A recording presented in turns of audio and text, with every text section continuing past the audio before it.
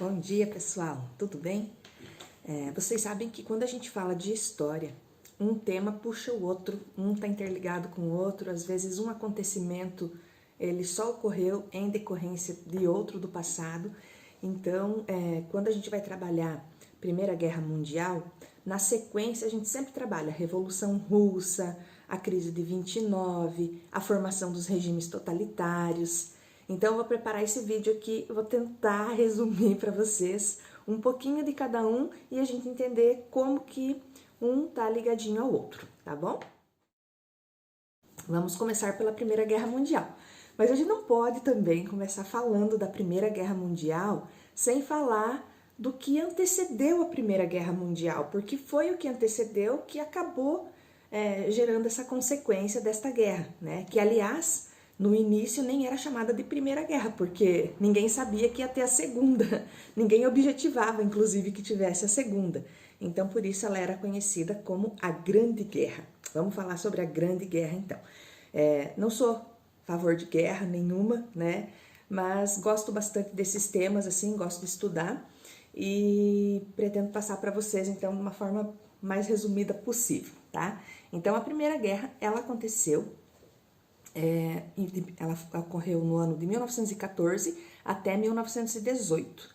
O motivo de ter começado o rebuliço ali entre esses países foi, a gente pode começar pela Revolução Industrial.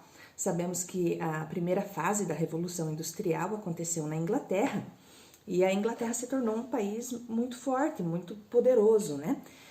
Só que essa Revolução Industrial que aconteceu na Inglaterra, isso não limitou que apenas a Inglaterra tivesse indústria, tivesse fábricas, tivesse progresso. Os outros países também começaram a se movimentar. Inclusive um país que estava muito forte, assim, que acabou se tornando um concorrente muito forte para a Inglaterra, foi a Alemanha.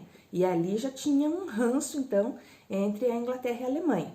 Daí vamos lembrar que um pouquinho antes também a Alemanha tinha se envolvido numa guerra contra a França, a Guerra Franco-Prussiana, porque quando a gente fala de Alemanha, nessa época a gente está falando do Império da Prússia, né? Então, durante esta Guerra Franco-Prussiana, a França saiu perdedora e a Alemanha acabou adquirindo aí da França dois territórios, um território muito importante conhecido como Alsácia e Lorena.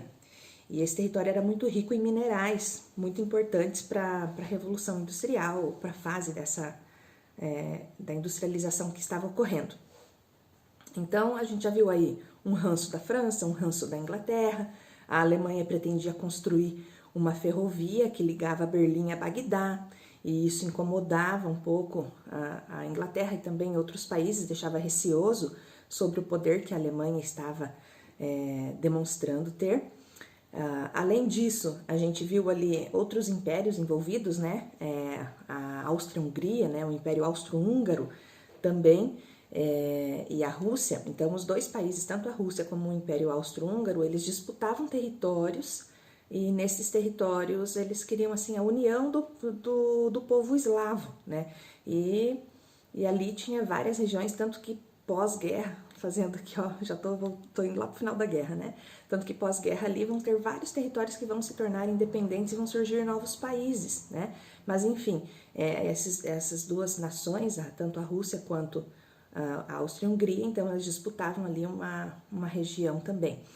Ainda, além disso, os alemães e os italianos, eles tardaram em relação a outros países, por exemplo, a Inglaterra, né? Falando da questão do imperialismo. A Inglaterra já tinha várias colônias, né? E para explorar. Porque para que ter colônia? Para explorar, gente. Quando você tem colônia, esses países da Europa, eles são muito pequenos. Então, eles exploram outros territórios, né? Com o objetivo de ter matéria-prima, de ter mão de obra barata, enfim, ter aí suas vantagens dentro do mundo capitalista e imperialista que a gente conhece. Bom, então, diante desse cenário todo, assim, eles acabaram se formando, esses países foram se unindo de acordo com os interesses de cada um e formaram suas alianças, né? Então, a gente teve a formação aí, um acordo entre a Alemanha e a Itália, que queriam ter mais territórios. Eles acabaram se unindo junto com a Áustria-Hungria, e aí eles formaram a Tríplice Aliança. Já do outro lado, os outros países, vendo essa formação desta aliança entre esses países, ficaram receosos, falaram, opa, vamos nos unir também, porque se der ruim, né, a gente também tem um grupão aqui.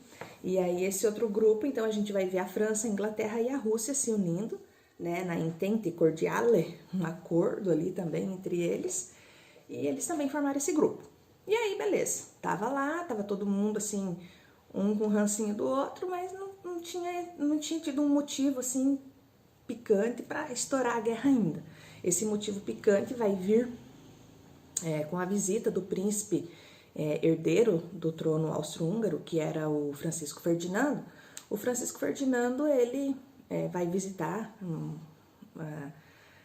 Sarajevo justamente para mostrar o seu poder, né, que a Áustria-Hungria tinha dominado aquele território, então ele vai lá fazer aquelas visitas políticas, fazer uma inauguração, e ele tinha todo um trajeto ali pela cidade.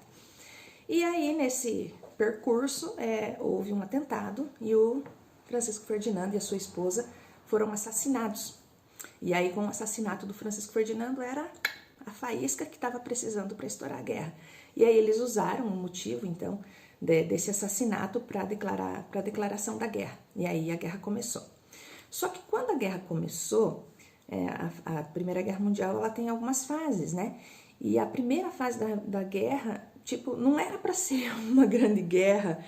Os generais das tropas, eles imaginavam assim, não, a gente vai ali, invade ali, toma o que tem para tomar, resolve e acabou. Mas não foi bem assim que aconteceu. E a primeira fase da guerra acabou se tornando assim um martírio para quem participou dela, porque ocorreram as guerras de trincheiras. As trincheiras, você deve imaginar, assim, um troço horrível. O que era a trincheira? Os exércitos, eles não conseguiam avançar muito. Então, assim, tinha uma tropa aqui, outra tropa aqui, e as duas não conseguiam, acabaram optando pelas trincheiras, cavavam valas, né? Os soldados cavavam valas, e eles ficavam dentro dessas valas, um aqui e outro ali, e nesse meio de campo aqui tinha arame farpado, bomba, sei lá, e ficava difícil de um atravessar o campo do outro. E aí ficou um período muito extenso, esses soldados convivendo nessas valas, né? Porque imaginem, um frio horrível, umidade, bicho, animal, porque tinha rato a quilo nessas trincheiras. E, cara, quando o soldado levantava ali, dava uns tiros lá, outro dava uns tiros aqui, matavam, né, uns aos outros. E aí, às vezes, aquele camarada que estava contigo desde o comecinho da guerra lá, sei lá, se alistou contigo, era teu parceiro, era teu amigo de infância, estava ali lutando com você do seu lado, de repente foi atingido, e aí você olha o teu amigo ali com tudo apodrecendo ali do teu lado, porque o corpo vai ficar ali durante dias. Então, aí isso explica também porque muitos soldados sofreram com várias doenças durante a Primeira Guerra Mundial, né? Então, muitos soldados não morreram só pela guerra, por tiro, por granada. Muitos morreram por doenças, né? Infecciosas, a própria questão do rato ali. Se a gente for imaginar, no decorrer da guerra, né, mais pro final, a gente vai ter a febre amarela, que vai dizimar boa parte da população. Então, foi uma desgraceira. Mas então, nessa primeira fase, essa guerra de trincheiras, ela acontece assim. E daí tem um fato, uma curiosidade sobre a guerra de trincheiras, que é uma pausa para o Natal, né? Alguns soldados inimigos, na noite de Natal, eles resolveram levantar a bandeirinha branca lá, a trégua de Natal, e acabaram comemorando juntos, trocando alguns utensílios ali como se fossem presentes de Natal. Enfim, mas daí a guerra continuou, né? E com a continuação da guerra, foi preciso inovações tecnológicas de guerra, né? E aí vai surgir, então, o avião, o tanque de guerra, balões, né? Os dirigíveis, né? Que ficaram tão famosos. E também a utilização de animais, né? Foi muito comum utilizar, principalmente cavalo, cachorro, foram muito utilizados durante a Primeira Guerra. Mas eu não vou ficar falando de cada um, eu tenho vontade, mas senão o vídeo vai ficar muito comprido. Deixa eu focar aqui, tá? A gente vê, para fechar aqui, tentar resumir um pouquinho mais, qual foi a participação dos Estados Unidos na guerra, né? Os Estados Unidos foram muito estratégicos. Na verdade, eles se aproveitaram da guerra, porque estava em outro território, né? Estava acontecendo lá na Europa. E essa guerra faz com que os países, qualquer guerra, na verdade, o país que está em guerra faz com que ele acabe importando muitos produtos, né? Eu falei dos animais, até o cavalo, né? Foi um animal que veio muito aqui dos Estados Unidos, acabou indo para a Europa para ser utilizado na guerra. Então, assim, tinha gente que virou especialista em criar cavalo para guerra, porque morria cavalo adoidado também, né? Tadinho dos bichinhos.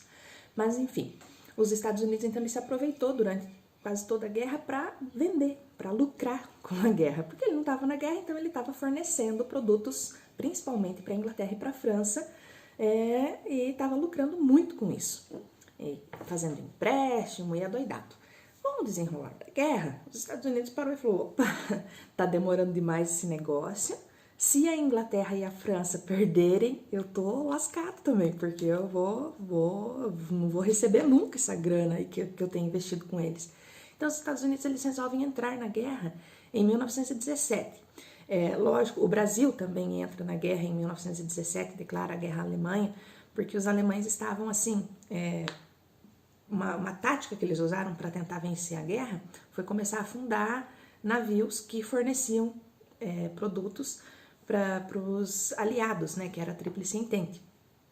Então, os alemães atacaram vários navios brasileiros, até o ponto do Brasil acabar declarando guerra também, só que a participação do Brasil foi modesta, porque o Brasil, infelizmente, não tinha assim, muita tecnologia de guerra, né? Mas enviou médicos, enviou enfermeiras, alguns aviadores e assim, principalmente ele trabalhou mais com o fornecimento e guarda do mar ali, para chegar esses produtos, para esses produtos continuarem chegando para a Inglaterra, para a França, enfim. E parei de falar da Rússia, porque a Rússia também cai fora da guerra em um determinado momento. Então, os Estados Unidos, eles entram estrategicamente, teve também, os Estados Unidos também teve navios afundados, e usou isso como desculpa para entrar na guerra. Eu esqueci de falar lá no comecinho da formação das alianças. Vocês lembram que quando eu falei da formação das alianças, essas alianças ocorreram ainda antes da Grande Guerra.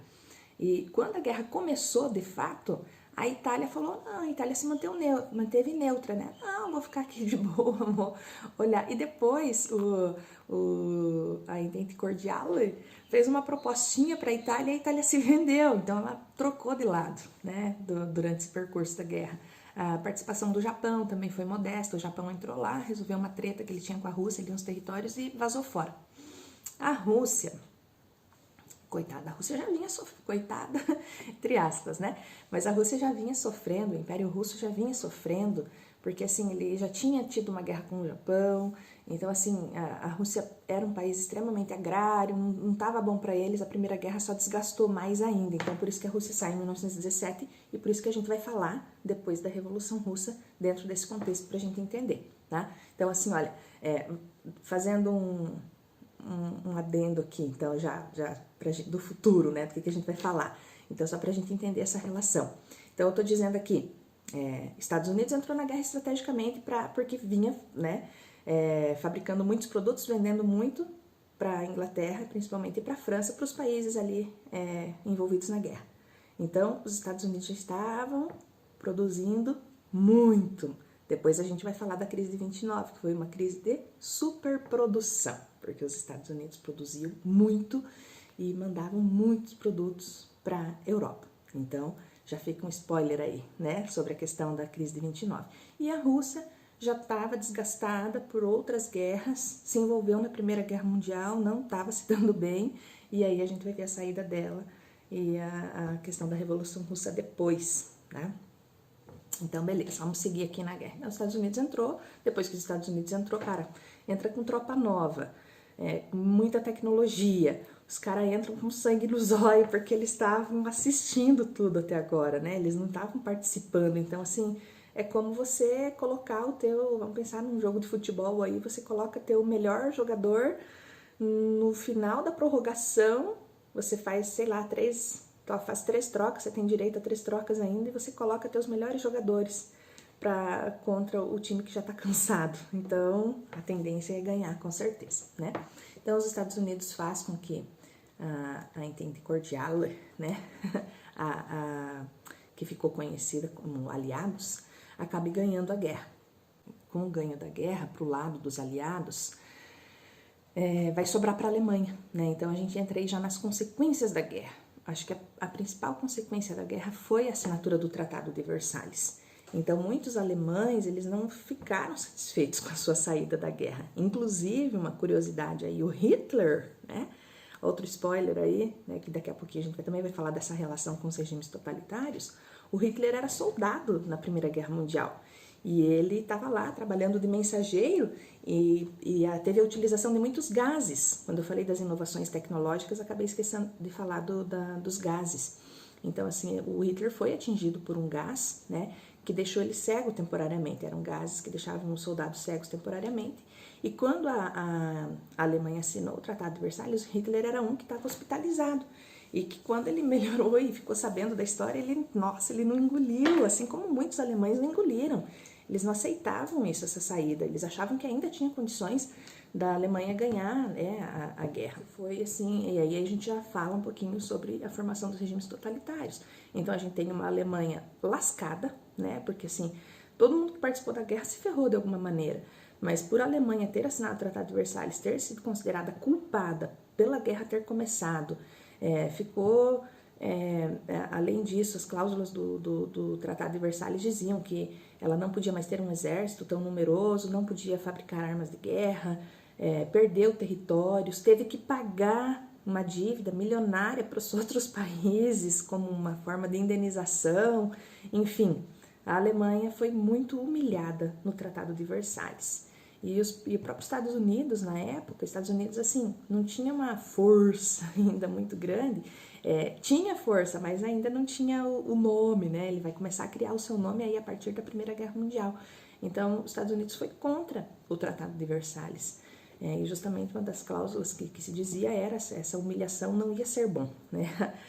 Humilhar demais o seu inimigo pode dar gostinho de vingança para ele. E aí foi o que aconteceu, né? Depois, quando a gente for ver a questão dos regimes totalitários.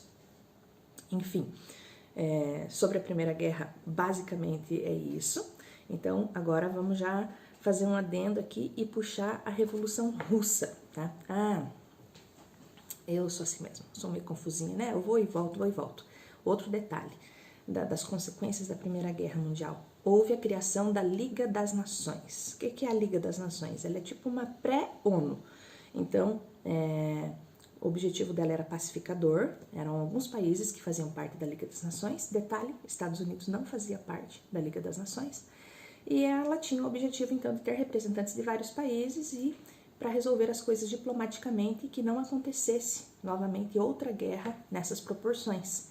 Então a gente sabe que a Liga das Nações fracassou também, né? Não deu muito certo porque depois a gente teve a Segunda Guerra Mundial. A Revolução Russa, então ela também, a gente não pode dizer que a Revolução Russa começou em 1917, né? Na história é assim, a gente não dorme uma coisa e acorda outra coisa. Não, é um processo lento. Então, a Primeira Guerra, para você ter uma ideia, começou em 1914. Antes disso, a Rússia ela era um país agrário, né? Quase que feudal, o sistema russo. Então, assim, a Rússia estava muito atrasada. A Rússia tem um território muito grande, ela tinha muitos soldados, mas nem sempre quantidade é qualidade. Então, o povo russo passava fome, né? Tinha muitas necessidades e o império ali, o czar que governava a Rússia, ele acabava se aproveitando, ele tinha muitas vantagens, né? Por estar no império, e o povo mesmo sofria pra caramba, porque passava fome, gente. Um território daquele tamanho, a sua população passava fome, por falta de políticas públicas, uma política que olhasse para todo mundo mesmo, tá? Então, e essa crise da Rússia, ela não começou em 1917. Em 1917, fazia 3 anos que a Rússia estava na Primeira Guerra Mundial. Antes disso, a Rússia já tinha, como eu disse, envolvido em outras guerras, já estava desgastada, né? E o povo russo sofrendo, tanto que em 1905, que é conhecido o ensaio da Revolução, em 1905 o povo russo se reuniu e falou, vamos fazer um protesto, né? pegaram seus cartazinhos, foram lá para frente do Palácio de Inverno e foram lá fazer um protesto, como a gente vê tantos protestos por aí. E aí o czar deu uma olhadinha assim da janela lá e falou: o que tá acontecendo ali embaixo? Que bagunça é essa? Ele ordenou os seus soldados que fossem lá e atirassem em todo mundo. Então assim, houve várias mortes de um povo que simplesmente estava indo lá protestar pacificamente. E aí então o rebuliço já começou.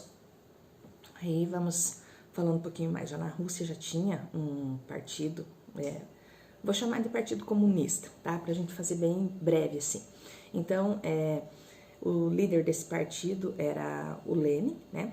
E durante o percurso ali da Primeira Guerra, né, da Grande Guerra, inclusive esse czar acabou proibindo muita coisa, né, para evitar que a sua imagem se desgastasse ou que seu poder se esfacelasse. E o próprio Lenin era um camarada que tinha vazado, né, tinha sido exilado. E aí, no decorrer, né, a gente vai ter a volta do Lenin para a Rússia e tal, e no rebuliço ali a gente vai ter dois partidos importantes da Rússia, que são os bolcheviques e os mencheviques. Bolcheviques quer dizer em russo maioria, e mencheviques minoria. Então o Lenin era o líder dos bolcheviques. E eles tinham mais diferença, não era só questão de maioria e minoria. Os bolcheviques, eles queriam fazer uma revolução, né, inspirado nos ideais de Karl Marx. Eles queriam fazer uma revolução comunista e que essa revolução socialista, vamos dizer assim, senão a gente entra em outra discussão, né, de comunismo e socialismo, enfim. Os bolcheviques queriam fazer uma revolução socialista na Rússia rápido. Mas, para quem conhece um pouquinho de socialismo, a gente vai saber que para você virar socialista, você tem que ter passado pelo capitalismo. E daí eles queriam atropelar e falar: não, vamos fazer a Revolução Russa de uma vez, a Revolução Socialista de uma vez, depois a gente resolve esses outros detalhes. E os mencheviques eram a favor da coisa ser feita mais passivamente. Então, primeiro vamos industrializar a Rússia, depois que a gente industrializar ela e capitalizar ela, daí a gente faz a Revolução Socialista. Então, a diferença de ideais dos dois eram basicamente essas, tá?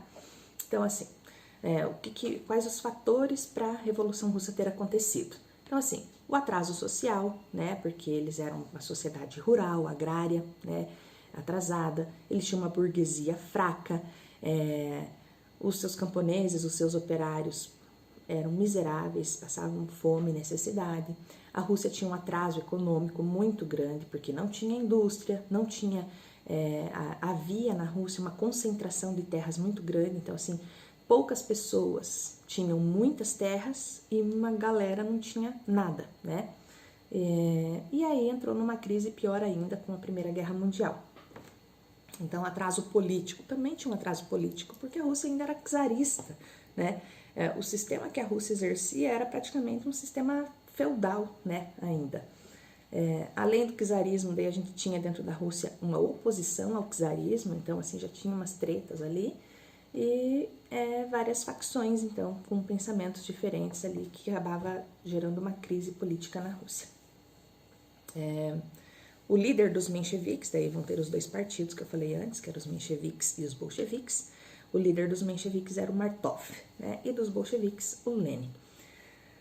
Beleza, quando houve a Revolução Russa em 1917, que é a data oficial, os líderes da Revolução acharam injusto assim, desfazer daquele ato tão importante que tinha acontecido em 1905. Então, por isso que aquele ato, o Domingo Sangrento, que é o dia que os russos foram lá protestar na frente do Palácio de Inverno, esse dia era um domingo e ficou conhecido como Domingo Sangrento, e ele entrou para a história. Então, os líderes da Revolução passaram a chamar esse Domingo Sangrento de ensaio da Revolução. Então, ali a população já não estava feliz e já estava se movimentando para haver mudanças. Além disso, em toda a Rússia tinha várias greves, rebeliões, enfim, revoltas dos camponeses, dos operários, enfim, estava todo mundo descontente. Tá? A Rússia perdeu a guerra russo-japonesa, o czar resolveu convocar a Duma. A Duma era tipo um conselho, né? Porque o czar é uma política absolutista, né? Ele que manda em tudo. Mas ele resolveu chamar a Duma, que era assim o representante das classes mais nobres, né? Tanto da igreja quanto o pessoal mais, os proprietários de terras ali, para fazer uma reunião. E nessa reunião ele disse que ele iria repensar o seu poder todo, fazer uma nova constituição para a Rússia, só que daí depois, cara, ele desfez a Duma, desfez todos esses acordos aí, cagou para tudo, ficou muito ruim. E aí, com a saída da Rússia e a sua desastrosa participação na Primeira Guerra Mundial, a coisa só estava ruim mesmo. Aí a gente vai ter a primeira fase da Revolução Russa, que em 1917 mesmo, né, que ela tem um caráter liberal, um caráter burguês, né? A gente vai ver os sovietes, o Conselho de Operários, camponeses e soldados, a gente vai ter uma aliança com a burguesia, a gente vai ter a abdicação do César e o governo provisório. Então, olha o que está acontecendo ali nesse desenrolar, né? A princípio, então, havia uma união ali com a microburguesia que vinha surgindo na Rússia, né? Tinha esses acordos. A gente vai ver, então, os sovietes, quem que são os sovietes, né? Os sovietes na Rússia como se a gente imaginar, é o povo, é o sofredor lá, né? E eles acabam formando, então, esse conselho que é chamado de sovietes. Enfim, e aí, diante de todo esse rebuliço, o czar, ele resolve abdicar do seu trono, né? E aí inicia na Rússia o que é chamado de governo provisório. Beleza. Aí na segunda fase da Revolução Russa, o que a gente tem, né? Que é chamada de Revolução de Outubro. Então, essa Revolução de Outubro de 1917, essa união com a classe burguesa, isso vinha muito dos mencheviques, né? Então, quando o czar, ele abdica o trono, os mencheviques, eles acabam se unindo ali bem forte e eles, com o governo provisório que vem em seguida, quem vai ter mais voz vão ser os mencheviques. E aí, só que aí eles dão muito lado, vamos dizer assim, aos olhos dos bolcheviques, eles dão muito lado aos burgueses e à visão burguesa da coisa. E aí, quando Lenin retorna, então, do seu exílio, ele chega modificando tudo já, né? Então, aí existe já uma invasão do Palácio de Versalhes, né? O Lenin lidera aí essa invasão, e o Lenin traz lemas para a população que são muito simples e muito, muito práticos. Era o que a Rússia precisava. Era o lema de pão, paz e terra. Então, a Rússia precisava de pão, precisava alimentar o seu povo, precisava de paz, precisava sair da Primeira Guerra Mundial, que até então não tinha saído ainda, né? E precisava de terra. Então, assim, terra para os camponeses, né? Porque havia muita concentração de terra nas mãos dos grandes poderosos, como eu tinha dito antes.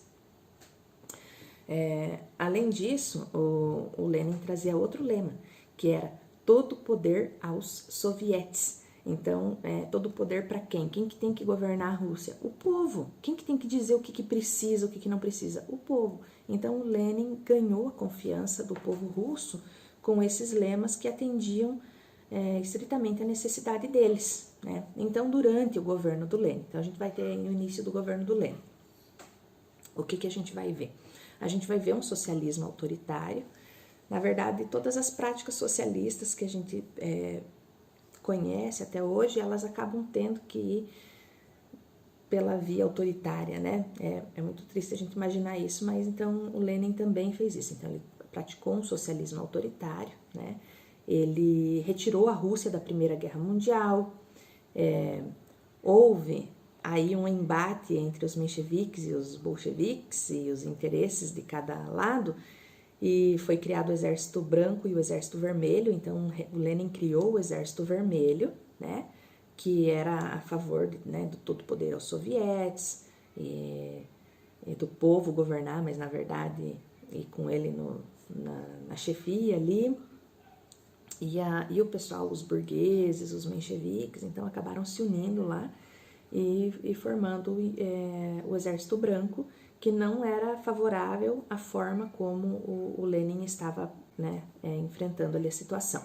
E aí a Rússia entra numa guerra civil. Então, assim, olha o rebuliço, né? Então a Rússia vinha já no processo de guerra, Lenin prometeu que não ia ter mais guerra, né? Não queria mais isso. E aí agora a Rússia enfrenta uma guerra civil entre o Exército Branco e o Exército Vermelho, né? Que foi muito difícil. Então, essa guerra civil ela durou de 1918 até 1921. Outra coisa importante do governo Lenin foi a criação da NEP, que era uma nova política econômica. Então, essa nova política econômica, o Lenin também trazia um lema, que era dar um passo para trás para dar dois para frente. O que significa isso? Então, entra naquela linha que a gente estava falando antes. Para um país ser socialista, ele precisa ter passado pelo capitalismo. Então, por mais que a Rússia, né, vinha sofrendo, ela não conhecia o regime capitalista. Então, o um passo para trás que o Lenin se referia era promover a tecnologia, a capitalização da Rússia, né? E fazendo isso para daí ele poder alcançar os objetivos dele. Então, precisava industrializar a Rússia também, né? Então, a política da NEP, ele trouxe vários elementos e é importante também frisar que essa política da NEP, ela acabou, por mais que ela trouxe industrialização, o objetivo principal dela era uma reforma agrária, era melhorar para a população, né, para dar uma melhor distribuição da terra. Fechou. E aí, depois, então, o governo do Lenin foi marcado por tudo isso. Obviamente, o Exército Vermelho saiu vitorioso, o Lenin continuou no poder, só que aí o Lenin adoeceu. E quando o Lenin adoeceu, daí vai começar uma disputa interna ali, o pessoal começou a olhar e falou, opa, se o Lenin morrer, quem que fica, né? E aí começou uma disputa bem acirrada entre o Stalin e o Trotsky. Esses dois personagens também são muito importantes dentro desse contexto da Revolução Russa. Então, uma diferença importante para a gente analisar entre o Stalin e o Trotsky. Os dois, né, estavam presentes ali no governo do Lenin, tinham funções importantes, só que o Stalin, ele parecia que ele combinava mais as ideias dele com o Lenin, né? O Stalin, ele fazia as coisas do jeito mais ou menos da mesma maneira que o Lenin levava. Já o Trotsky, ele tinha ideias assim mais revolucionárias, sabe? Enquanto que o Stalin queria fazer a Revolução Russa acontecer, a Revolução Socialista acontecer na Rússia primeiro. Vamos estabelecer bem o socialismo aqui na Rússia, vamos deixar a Rússia redondinha, depois a gente pensa em sair com o socialismo aí da Rússia. Já o Trotsky não, o Trotsky ele queria internacionalizar a coisa. Ele falou assim, não, enquanto a gente vai fazendo aqui, o nosso socialismo aqui, a gente já vai abarcando outros países também. E essa era a principal diferenciação entre os dois. Quem acaba ficando no poder, então, é o Stalin, né? E o Trotsky acaba indo embora da Rússia, né? Ele vai se exilar, e ele vai vir, inclusive, aqui para a América, ele vai para o México, né?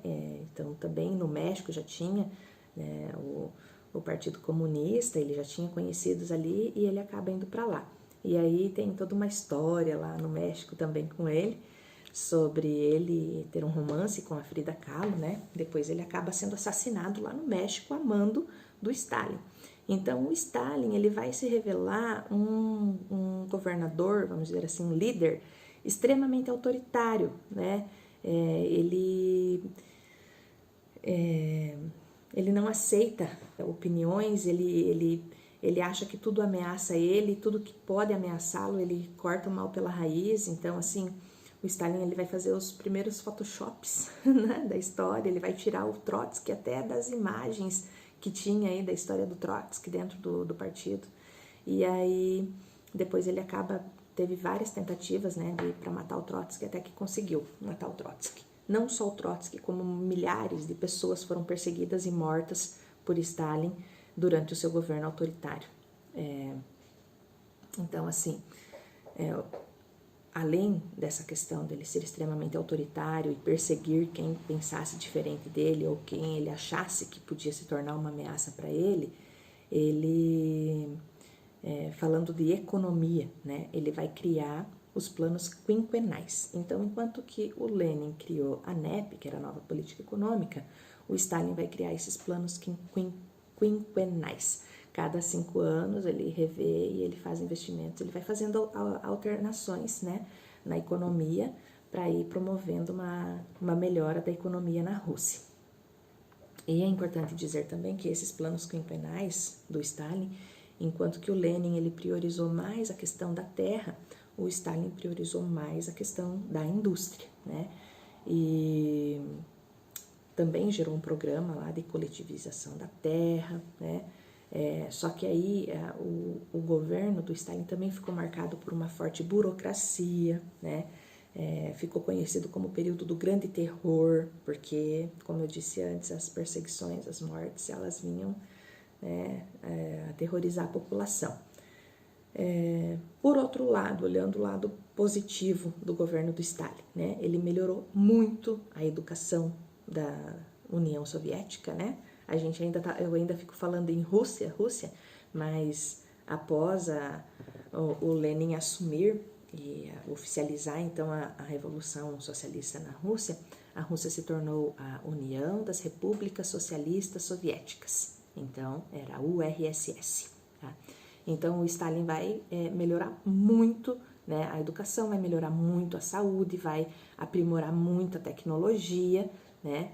E não é à toa que ele acaba tornando a Rússia uma das protagonistas da Guerra Fria, mais tarde, né? A gente vai assistir aí, após a Segunda Guerra Mundial, a Rússia já muito fortalecida. Então, quem que começou esse fortalecimento ali da Rússia para a Rússia se tornar essa grande potência, né? Foi essas medidas do Stalin, que, não justificando, não sou favorável ao autoritarismo, mas é preciso a gente analisar os dois lados, que ele teve sim esse lado muito ruim, péssimo, que é a questão do autoritarismo, da perseguição, né, e da antidemocracia, mas que, por outro lado, ele fez melhorar a economia e a vida do povo russo.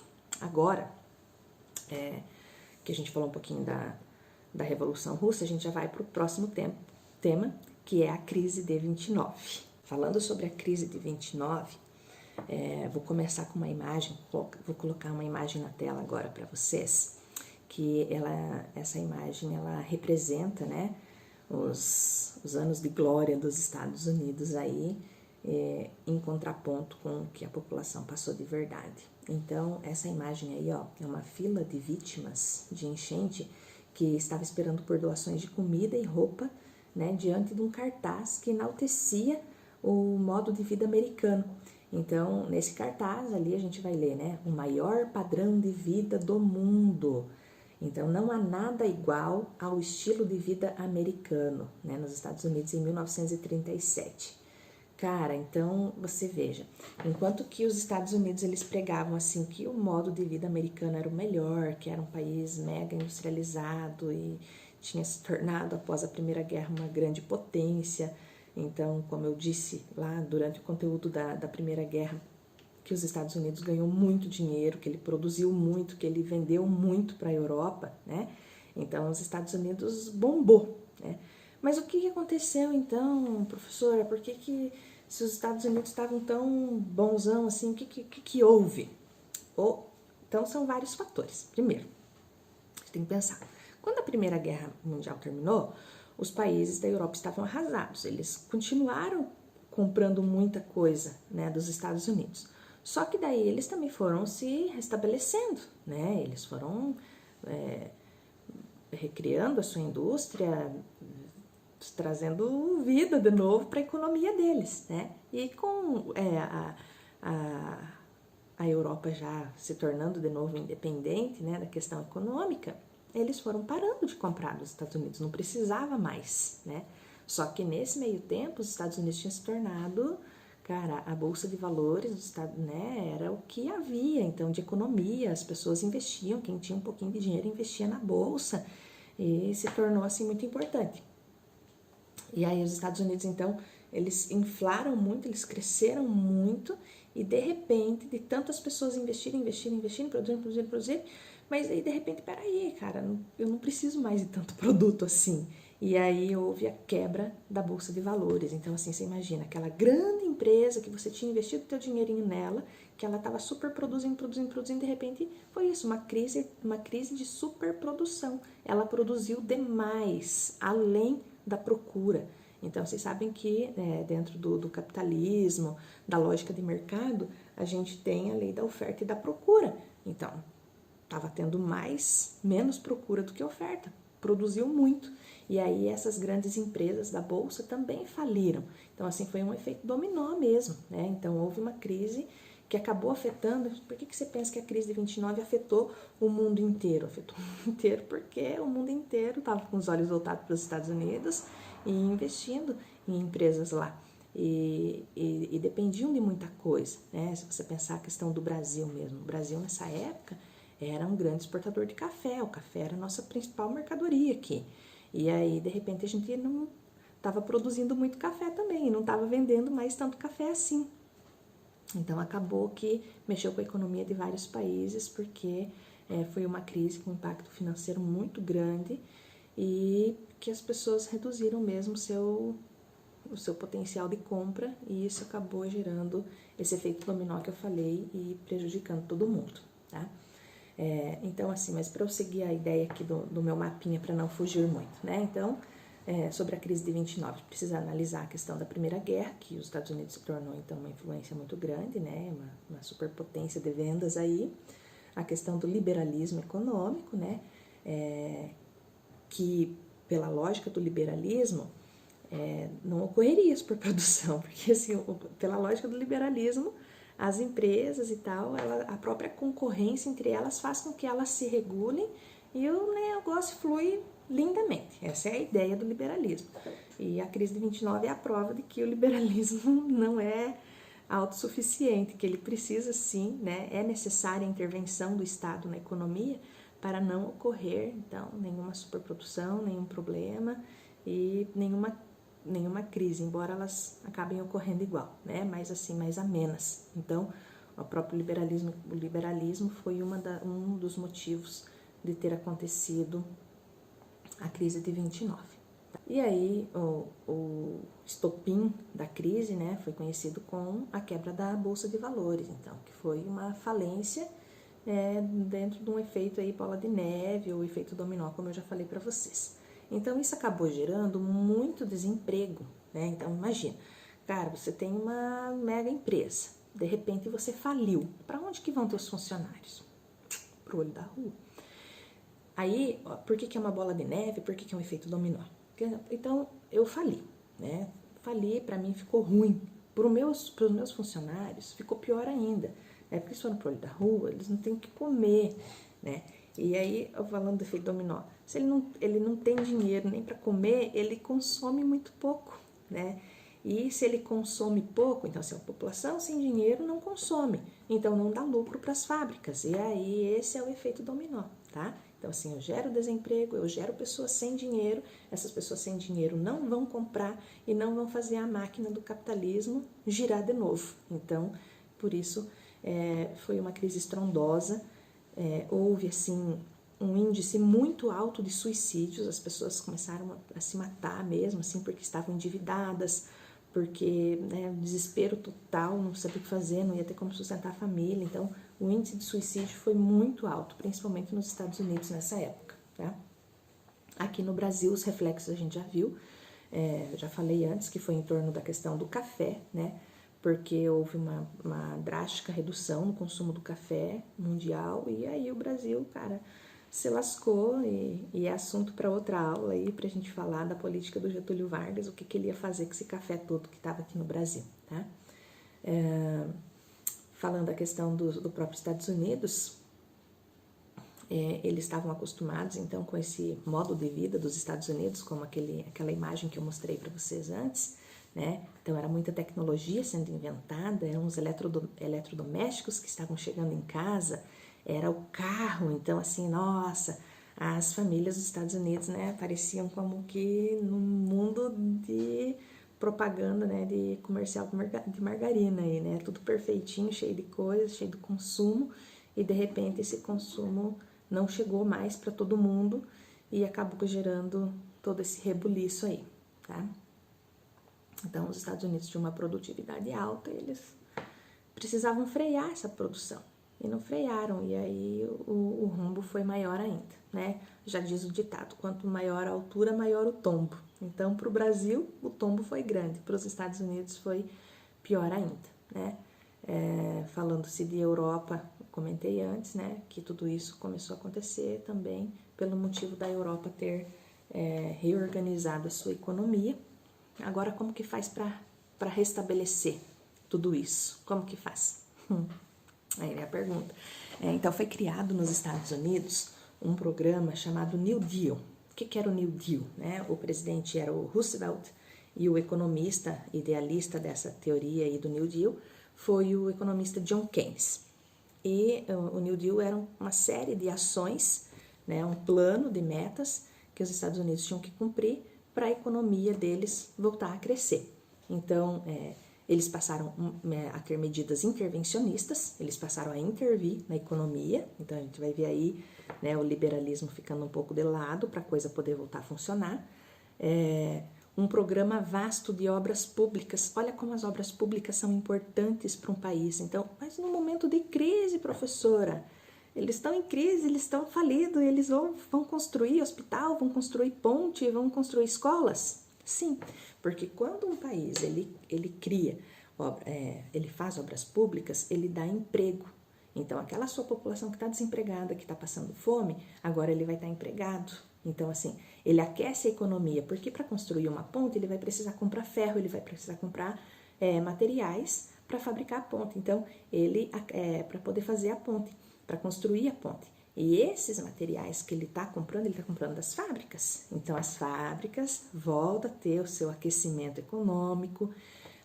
Quem está trabalhando nas obras também vai ter o seu aquecimento econômico, ele vai ter dinheiro para consumir, para gastar, e isso faz com que a roda da economia, do capitalismo, volte a girar. Além disso, eles criaram leis importantes dentro da questão social, leis sociais trabalhistas. Então, aí eles vão estabelecer horário de trabalho. Olha, gente, até 1930 não tinha horário de trabalho. O meu funcionário trabalhava para mim exaustivamente, sei lá, 15 horas por dia. Então, se eu tenho um funcionário que trabalha para mim 15 horas por dia, mas aí o presidente estabelece uma lei sobre quantidade de horas de trabalho, e agora a carga horária por dia são 8 horas, isso quer dizer que em vez de ter um funcionário, eu vou ter 2. Então, eu gerei mais empregos, né? Se acontecer algum problema com a minha empresa, o funcionário que foi demitido, ele vai ter direito ao seguro-desemprego, então não vai ter aquela desgraceira toda que teve no momento do ápice da crise. Então, essas medidas do New Deal são bem importantes. Além disso, queima de estoques, né? Os produtos perecíveis, muita coisa foi queimada mesmo, né? Aqui no Brasil mesmo, milhares de sacas de café o governo comprou e depois tacou fogo para poder equilibrar de novo a lei da oferta e da procura. Então, ou seja, quanto mais produto eu tenho e menos oferta, o meu produto vai desvalorizar, nem vale a pena mais, né? Então, para voltar a estabelecer, né, a oferta e a procura com o preço justo. Então, foram queimados muitos estoques. Só que isso é um processo lento, né? Não é da noite para o dia que a coisa fluiu lindamente de novo. Então, assim, vamos imaginar, a Primeira Guerra aconteceu de 1914 a 1918. 11 anos depois, em 29, a gente que vai ter a crise. Então, assim, foi 11 anos depois da guerra que os Estados Unidos, que houve o crack da Bolsa de Valores lá e começou a crise. Então, quando que a crise vai terminar? Então, 29.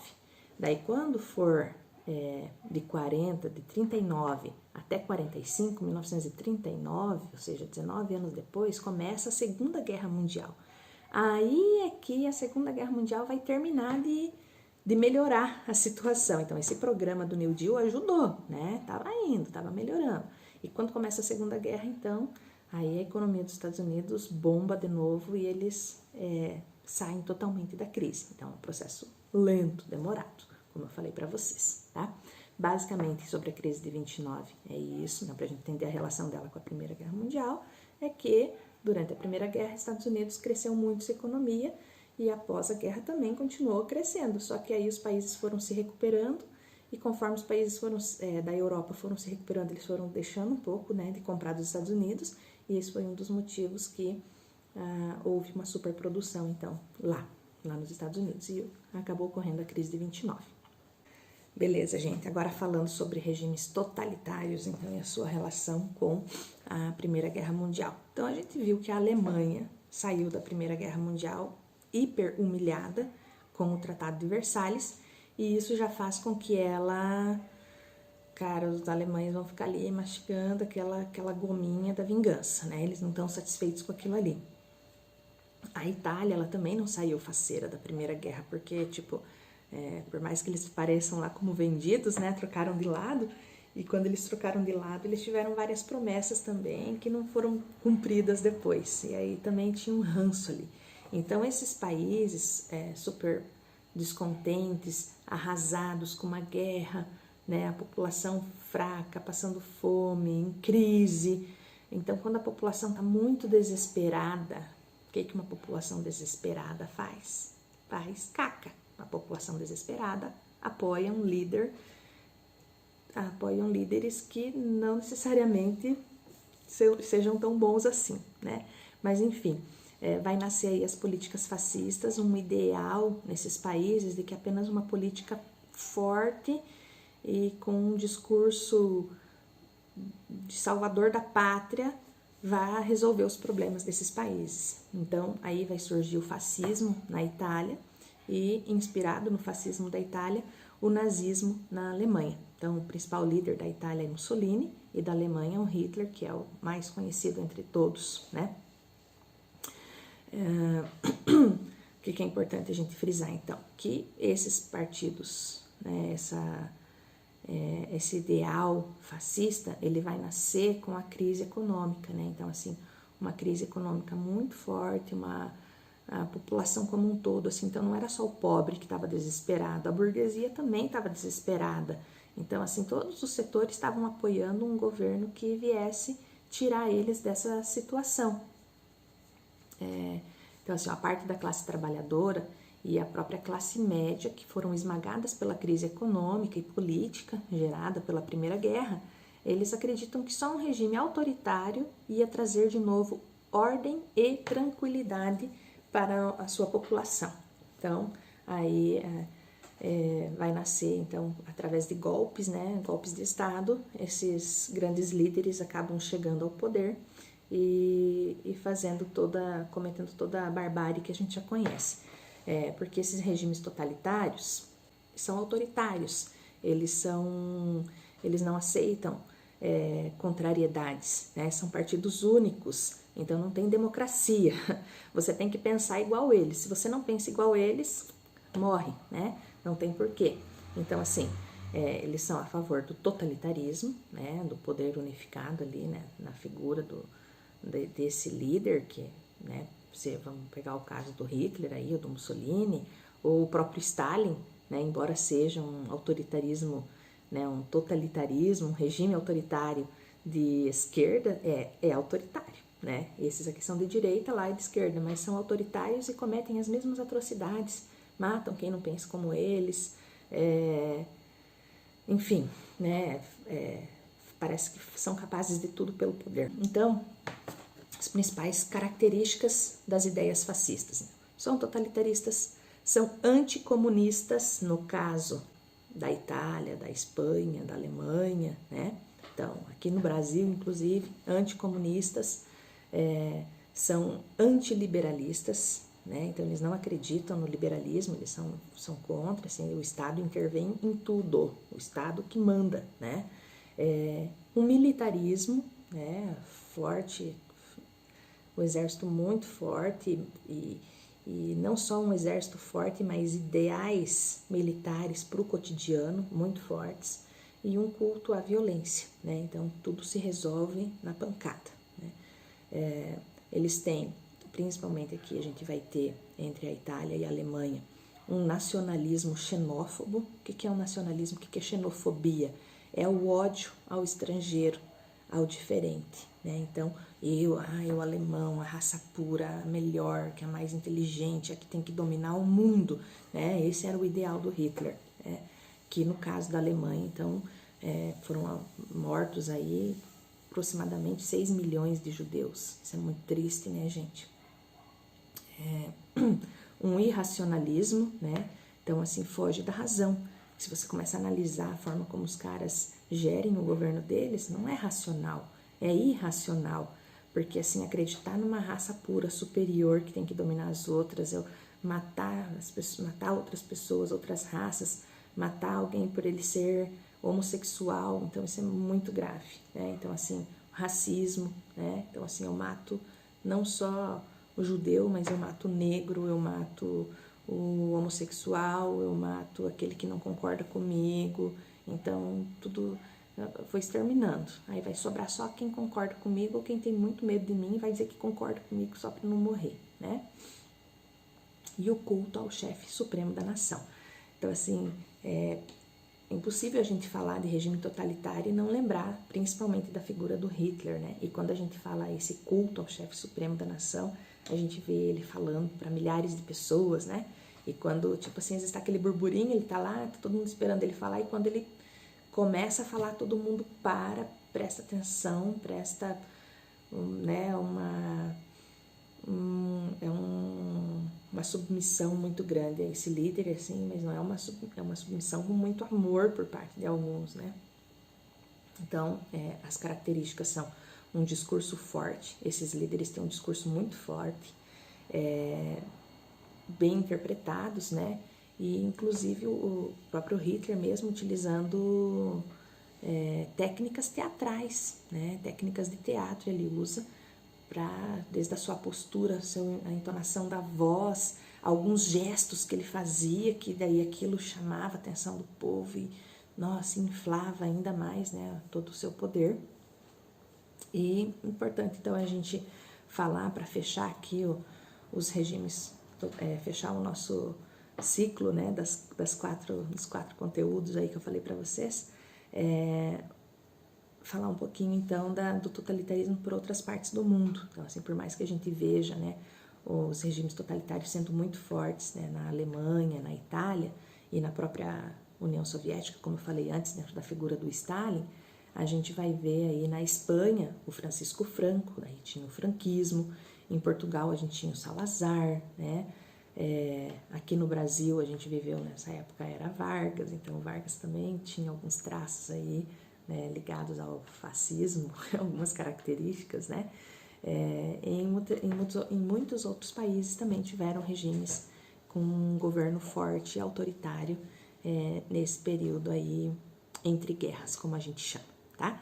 Então, só para recapitular, Primeira Guerra Mundial, rebuliço que mexeu com todo mundo, Estados Unidos virou uma economia muito forte, entrou para ganhar a guerra, a Alemanha saiu humilhada, Estados Unidos saiu exaltado, mas daí vai ter a crise de 29, a Rússia sai antes da Primeira Guerra Mundial, porque já estava muito arrasada e vai viver o processo da Revolução Russa, e essa Alemanha muito humilhada, com um país arrasado, assim como os outros países arrasados, vão criar políticas, né, vão colocar no poder políticos muito fortes, autoritários, que prometem melhorar tudo e resolver todos os problemas, mas tem um problema maior nisso tudo, que é a falta de humanidade entre eles, né, que acabou preconizando aí todos os acontecimentos que a gente acabou de ver.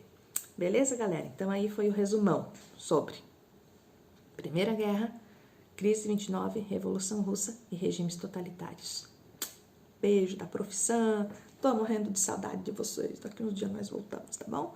Vamos ficar em casa, vamos nos cuidar, que agora a gente entrou num período bem sério, né? Acho que de todo o trajetório que a gente tem vivendo aí dessa pandemia, eu acho que o mês de maio vai ser muito importante, assim, mais importante ainda a gente se cuidar, ficar em casa, que cuidando da gente, a gente cuida do outro, tá bom? Beijo, beijo, até!